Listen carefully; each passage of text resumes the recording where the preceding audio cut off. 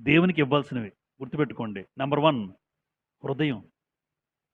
Number 2 సమయం.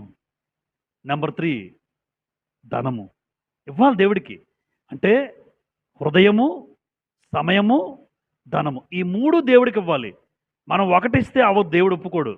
ఇప్పుడు నేను ధనం ఇస్తానండి అని అంటే అవ్వదు. మరి నీ హృదయం?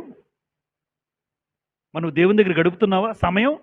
ఈ 3 ఎవరిస్తారో, ఎందుకంటే ధనం ఎవరు చేశారు తెలుసా? శాస్త్రులు, పరిసయ్యులు కూడా ధనం ఇచ్చారు.